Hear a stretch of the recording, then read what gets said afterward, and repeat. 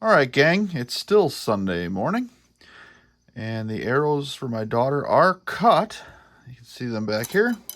Now it's time to square the ends. I've already squared the ends on these. I'm actually just showing you the last arrow I'm doing.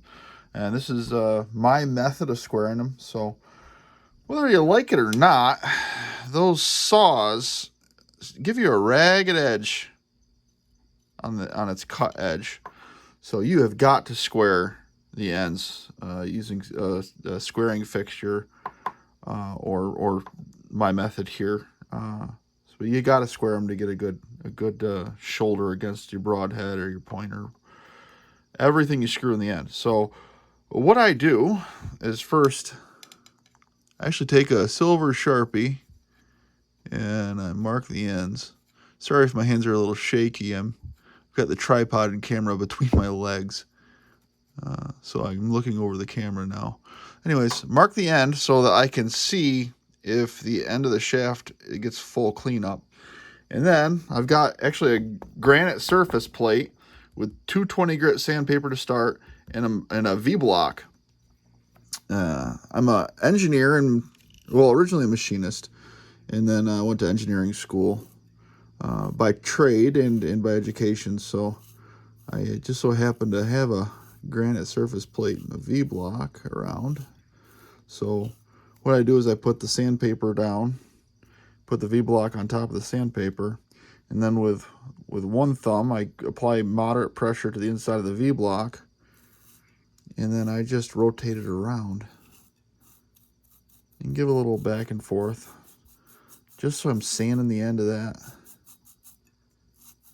Sand the end of that arrow shaft so it's square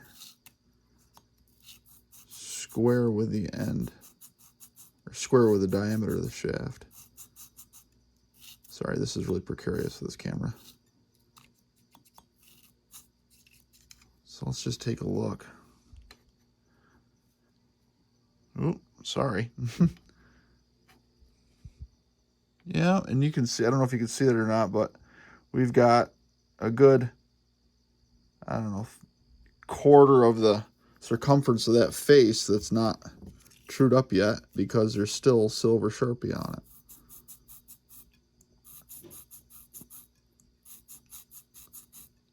So let's just keep going.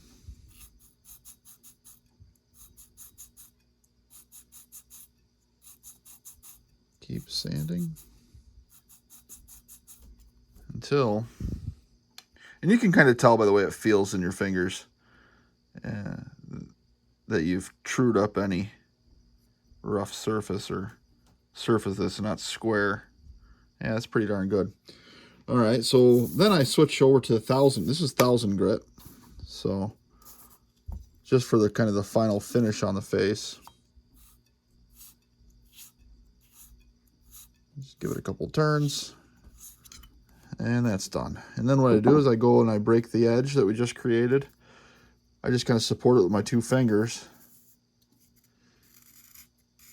And then rotate it up to give us a radius on the end.